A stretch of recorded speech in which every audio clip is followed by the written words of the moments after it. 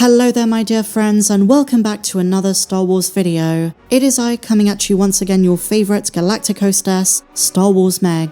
And today, we have some big Star Wars updates, mostly concerning Rey, and we're going to get into the news in just a second, but first, just something light-hearted to break the ice. So, I'll be honest with you, I haven't returned to LEGO Star Wars The Skywalker Saga in a very long time. But having picked up some DLC packs, I decided to just have some fun in Galaxy Freeplay. And did you know, LEGO Star Wars takes the piss out of every character, but as you're gonna see, they really dug into Rey. I decided to explore Jakku, and mandatorily, because it's her homeworld, I chose Rey as one of my two characters, but also one of my favourite prequel Jedi, Master Luminara and Julie. And I can't believe I never noticed this, but when you're the Last Jedi version of Rey, her dialogue really insults the character, and I found that really hilarious. So I was chugging along, taking in the Jakku sights, looking at the crashed Star Destroyer in the distance, and as Luminara, I fell off the map. I went too far.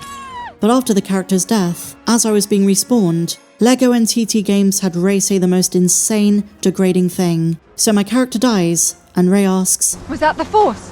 Was that the Force? I mean, this game is full of insults to every trilogy, but they really did Rey dirty with that question. It's a callback to her training with Luke on Octo Island. I've never found any.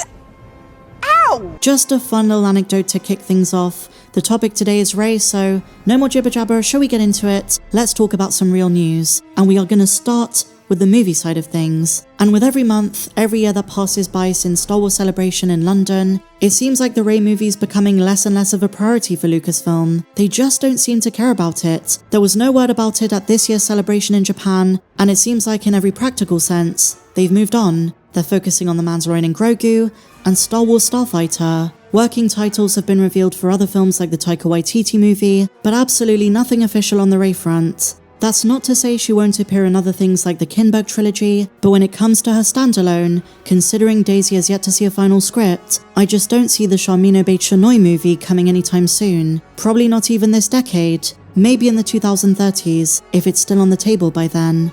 At least the other ones are still actively being developed. Progress is being made on the scripts, and they don't fire their writers every couple of months. At this stage, the Rey movie seems pretty doomed, and a brand new update seems to solidify the uncertainty of Daisy's return. According to a brand new rumour, Daisy Ridley is trading Star Wars for a comic book franchise. Daisy is reportedly in negotiations to star in Delilah Dirk and the Turkish Lieutenant, an adaptation of Tony Cliff's 2013 comic. And in case you're not familiar, it's not Marvel or DC, but the rights to a live-action adaptation were acquired by Disney in 2016. Delilah Dirk is inspired by Indiana Jones and James Bond, with the story set in the 19th century. And if Daisy is now being considered, and casting is taking place, then this could become one of Daisy's next big projects, pushing the Rey movie back even further. And Daisy's taking on other roles in the meantime. So like I said, this doesn't seem like Lucasfilm's priority. And it should be noted that since 2023, when the movie was first announced, there have been so many changes at Lucasfilm. Course correction, new projects announced, the end of 90% of Disney Plus projects, so we don't know the recent conversations being had behind the scenes. Maybe the Rey movie is the next Rian Johnson trilogy. They might just keep pushing it back, indefinitely. And I want to give a shout out to a fellow YouTuber, Thor Skywalker, and he made a great video addressing why Lucasfilm doesn't seem to understand that the majority of fans don't really want more of this era. Starfighter is great, I think, because it's taking us to the furthest point we've ever been so far, but at the same time there is a reluctance from Lucasfilm to want to move on. Is it because they've invested so much money in the sequels? Is it a stubbornness? Are they hoping that we forgot about episodes 7, 8 and 9? Are they just so blissfully unaware? Or do they think the fans are wrong? Honestly guys, at this point, Lucasfilm has made so many baffling decisions, it's impossible to know for certain. They are just so out of touch with fans. Now I'm not saying that everyone hates the sequels, but I think Lucasfilm thinks that those who don't like them are a vocal minority.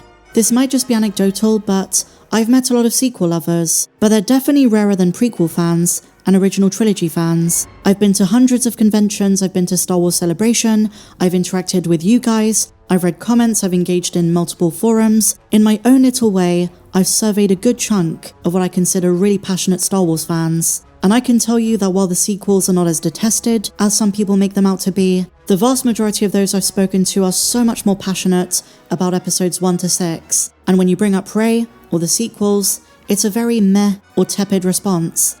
But in the years since Celebration 2023, for a minute it seemed like Rey was the future of the brand. It seemed like the Mandoverse was going to be its own little corner, but the focus on the big screen was going to be everything post-Episode 9. While they're still staying true to that with Starfighter, from all accounts that doesn't seem to have Rey in it, and if it does, she's probably just going to be a minor character at the end. So like I said, have Lucasfilm dialed it back a bit? The Mandalorian and Grogu wasn't announced back in 2023, that came in 2024. So when you look at the upcoming slate in its totality, whether it's Ahsoka, Maul, Mando and Grogu, Starfighter, Lucasfilm have done a real U-turn on wanting Rey to be the face of future Star Wars movies. I mean, Sean Levy's movie wasn't announced in 2023 either, and that one has already begun production. So maybe there were conversations and they decided, you know what, we're gonna push Rey back a bit, we're gonna bring in these other actors like Ryan Gosling, Matt Smith, Mia Goth, set it around the same time period as Rise, just a few years after it, and see how fans respond to them.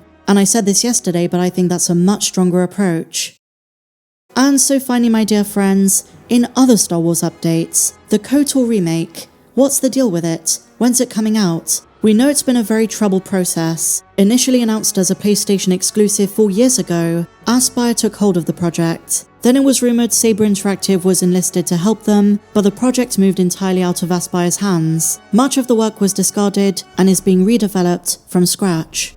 As it stands, the game is officially still in the works, but we've had basically no updates. But today, my friends, we have some early pieces of concept art. Now before we get too excited, this doesn't really mean much. This is for the original version of the remake, so these images might be completely irrelevant and void.